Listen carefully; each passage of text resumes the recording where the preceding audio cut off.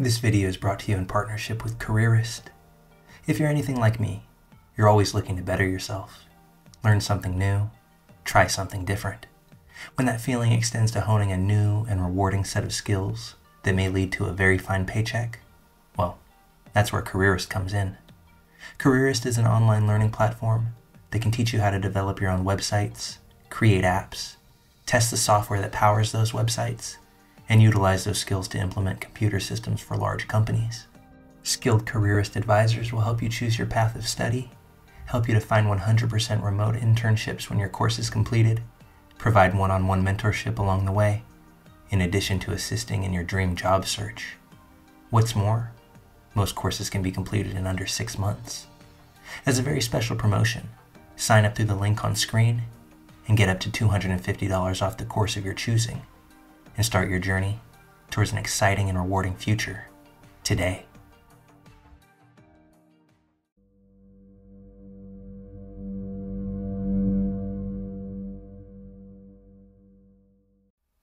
So my fiance and I have been on the lookout for a kitten to accompany our 3-month-old cat that we already have.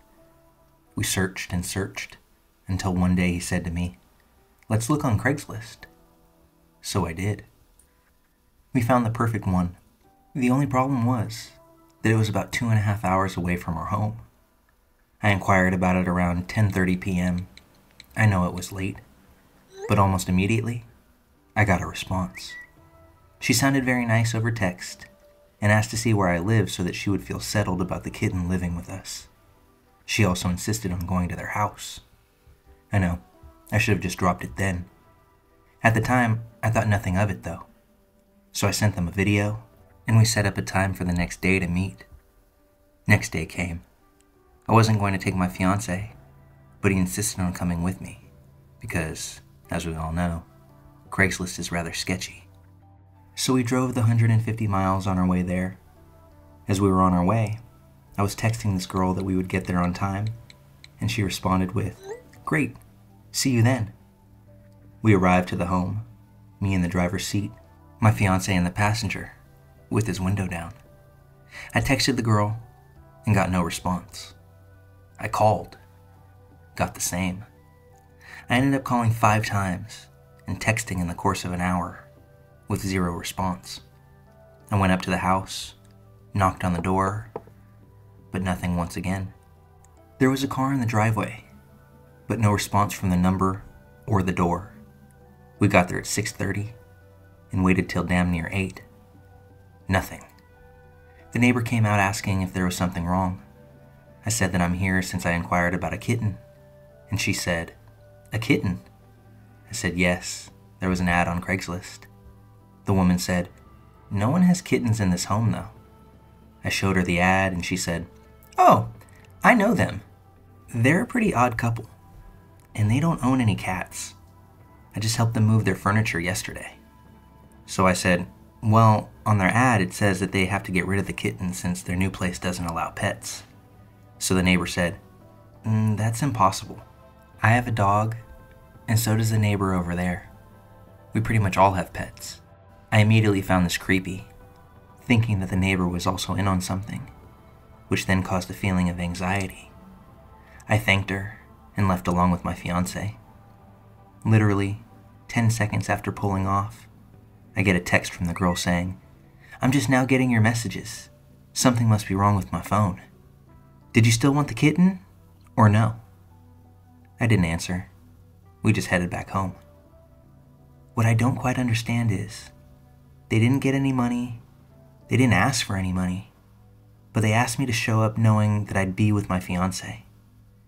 I had a bad feeling about it, but what did they want from me?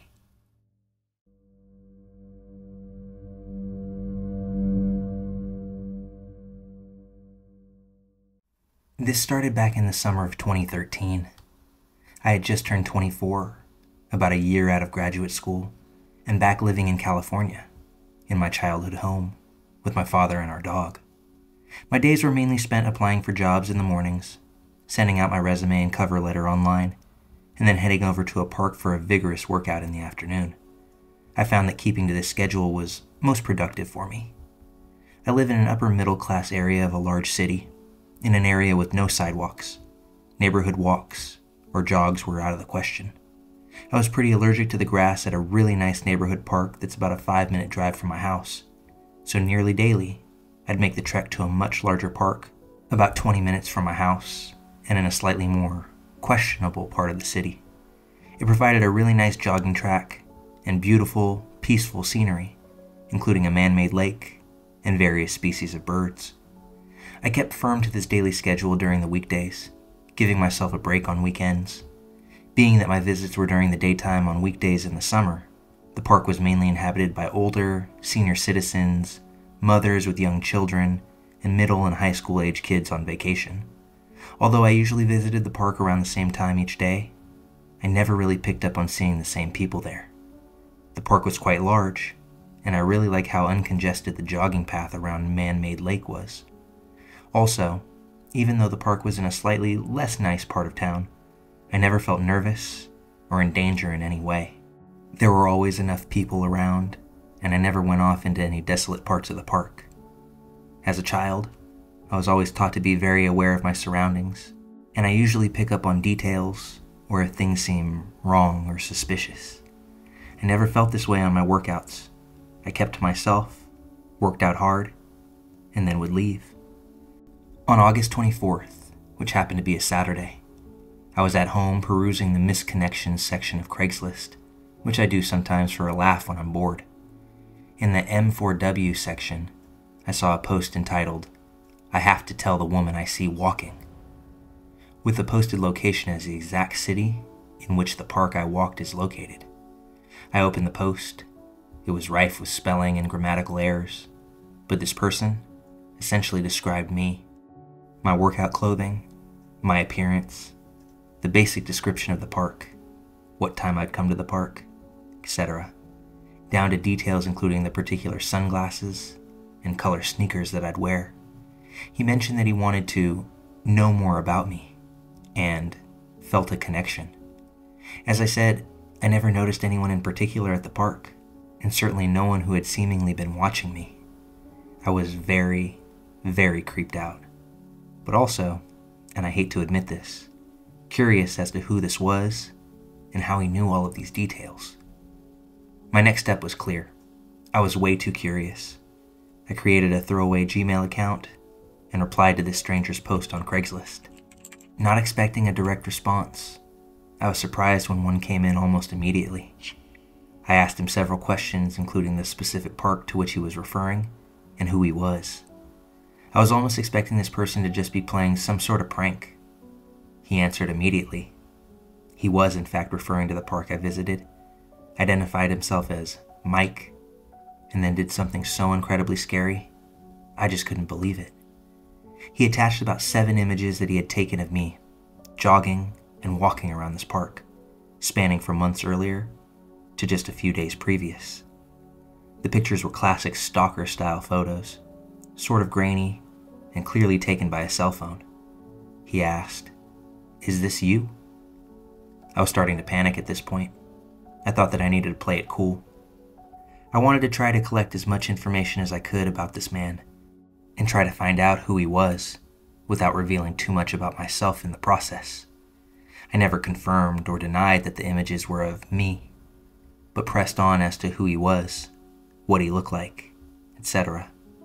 He described himself to me as a 33-year-old ex-military man, about 6'1", in shape, with short dark brown hair, olive skin, and some very distinctive tattoos. He mentioned that he worked in an office building near the park and often took his dog there for walks on his lunch break. He continued that he was sure that he had caught my attention several times and that I would definitely recognize him if I saw him. He eerily stated, "And when I run, I slow down to look at you." I was trying to scan my brain to see if I had ever seen someone who matched that description, and I really could not remember anyone. Hoping for nothing pornographic, I asked for a picture of his face. About 30 minutes later, I got 3 of them. I opened up the images and clearly they were of 3 different men, none of them really matching the description of himself that he had provided. A quick Google reverse image search confirmed that he had sent me fake pictures, and of 3 different men entirely. 2 of them seemed randomly chosen as if he had stolen photos from Facebook or something like that. But the other was, very alarmingly, a photo taken from an online memorial website of an ex-military man who had died under suspicious circumstances several years back. Now I was agitated that this creep was playing games. I called him out on the sending of fake photos, and he replied with his phone number, begging me to call him so that he could explain. I now had another piece of evidence on the creep. Full of both adrenaline and fear, I Googled the phone number, which gave me his full name, address, and age. His name was in fact Mike, but he was 42, not 33, and he lived with his mother. He lived fairly close to the park. I also searched for any prior arrests or evidence of a criminal history, but to no avail. Being slightly too curious at this point, I decided that I would call him from my home number, which is blocked and would not show up on his cell phone. He picked up, and I could immediately tell that he was in fact much older than he initially claimed. I called him on this as well. He denied it until he broke down and admitted that he was 40, but not 42. He said he didn't want to admit that he was, quote, old. I then called him out on the fake photos. He claimed that the images were real, and then insisted 2 of the photos were friends of his and the other was his brother. He made up a complete story of the photo of his supposed brother as well, which I knew was fake, because his real last name, which I learned from the online records, and the name of the man who had died under suspicious circumstances, were not nearly the same. Many other details didn't match up either. At my insistence, he finally emailed me what he claimed to be a real image of himself. The man in the photo appeared older, portly, and what could only really be described as greasy, sleazy, and Guido-esque. This creep would not stop talking about himself, bragging about his cars, money, vacation homes, designer clothing. Then, like a switch, he got really creepy. He began to get explicit, talking about how he loves watching women work out in tight, spandex clothing, and how he likes watching really young women exercise. I don't exactly remember how, but I got off the phone and made up some excuse as to why I couldn't text. I obviously didn't want him having my phone number. Before I hung up, he mentioned that he was meeting some friends at a Mexican restaurant/bar, which was somewhat close to the park that I visited.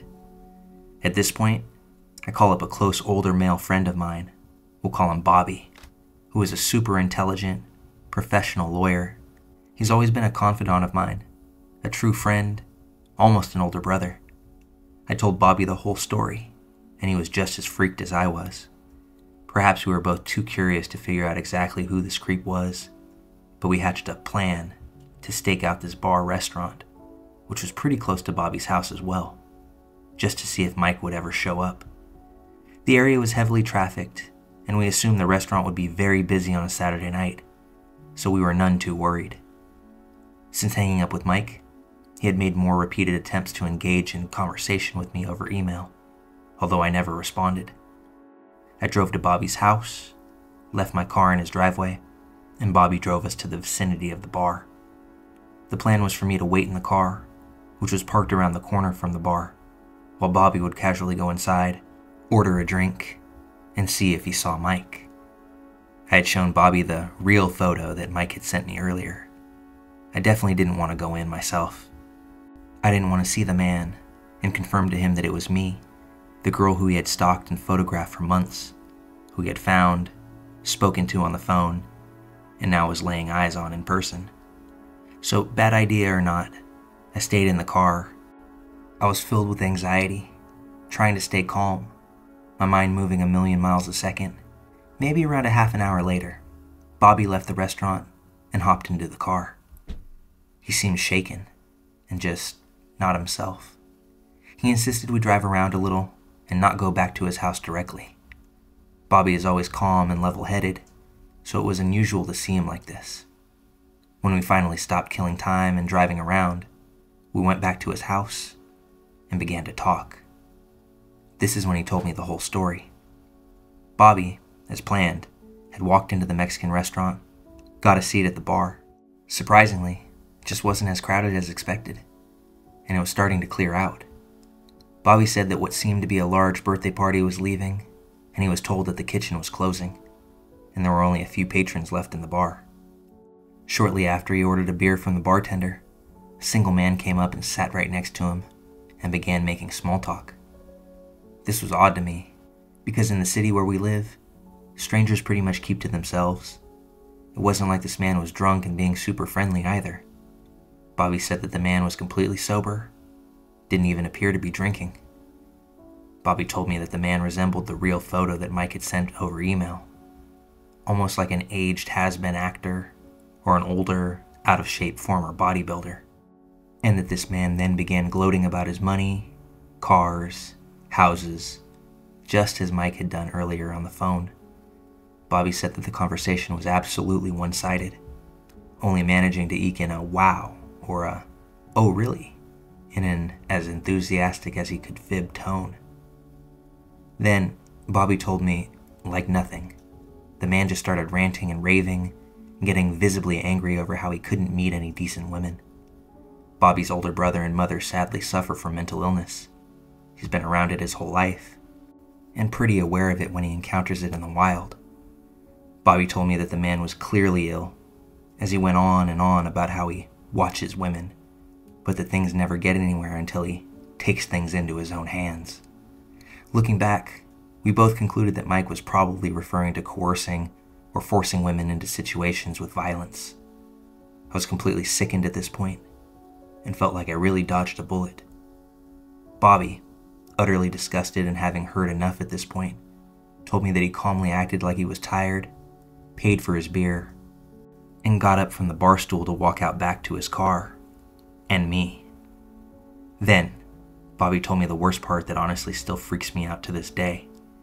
As he was putting his wallet back into his jeans, Mike leaned in super close and told him, in what Bobby said was a calm yet somewhat sneering tone, "You can tell your friend I'll be waiting for her at the park on Monday." Bobby had never ever mentioned me or any of the situation to Mike, and I had never mentioned any of my personal life, including my name, social networks, friends, or any of the like to Mike. After this, I stopped going to that park and tried to forget about the whole incident. Mike continued emailing me for a fair amount of weeks, alternating between seeming desperation, yelling at me, being intensely sexual, and creepy stalkerish. I never replied. I figured that Mike was truly mentally disturbed and would eventually leave me alone as long as I didn't provoke. I've dealt with some stalker situations before and really didn't feel like getting my dad involved and going through everything with the police, etc. Also, I didn't feel like Mike was too big of a threat. I mean, he didn't have my real name, my real email address, any of my phone numbers. I figured that as long as I avoided that park, I would be fine. Months went by, and I stopped checking my fake email, started a new job, and pretty much forgot all about Mike. Got a new cell phone number, completely unrelated to the Mike issue. I only gave my number out to my dad, new boss, and a small handful of lifelong friends. I was very careful and more guarded than ever due to this incident. I also never picked up blocked or private numbers on my cell. But then, on November 26th, while at work, I got 5 calls on my cell phone in rapid succession from blocked numbers, along with 5 corresponding voicemails, followed immediately by a call from a number that I didn't recognize. No voicemail on that one. Once at home that night, I remembered the calls and played the voicemails. The content was extremely unsettling. The man on the other end of the phone repeated the lyrics to the song "Me So Horny" by 2 Live Crew in various accents, said my name multiple times, and followed that with some muffled things that sounded somewhat like threats or other general harassment. He also seemed to have great difficulty in hanging up the phone, which made me laugh. Then I googled the phone number that called me immediately after the 5 blocked calls and voicemails, whom I assumed was the same person. I stopped. Yep, it was Michael S., or Mike as I had known him. I'm pretty sure he called 5 times blocking his number, and then accidentally called again, forgetting to block his number that time, and hanging up once he realized his blunder. To conclude, I have no idea how he got my new cell phone number, my name, or anything. I can conclude that he may have picked up my name from listening in on a phone call of mine at the park months before, seeing as he was insane and unstable enough to think that photographing and stalking women in a public park was acceptable behavior. I wouldn't put listening into conversations or spying past him either. But how he got my cell number is completely unexplainable. We have no mutual friends, and as I said before, I took strong precautions in not revealing any of my personal information to him. I've since blocked his number, and thankfully nothing has happened since that point. So I finally felt a bit more comfortable in sharing this scary story. I hope I've not left out any details, although I may have. It's taken me a lot to sit down and write out this whole thing, so thank you for listening.